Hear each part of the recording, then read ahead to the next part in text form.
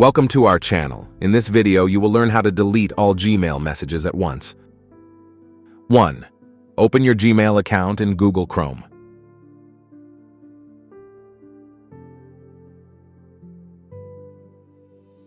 2. On the left side, you will see different labels such as Inbox, Sent, and Drafts. Click on the one you want to delete.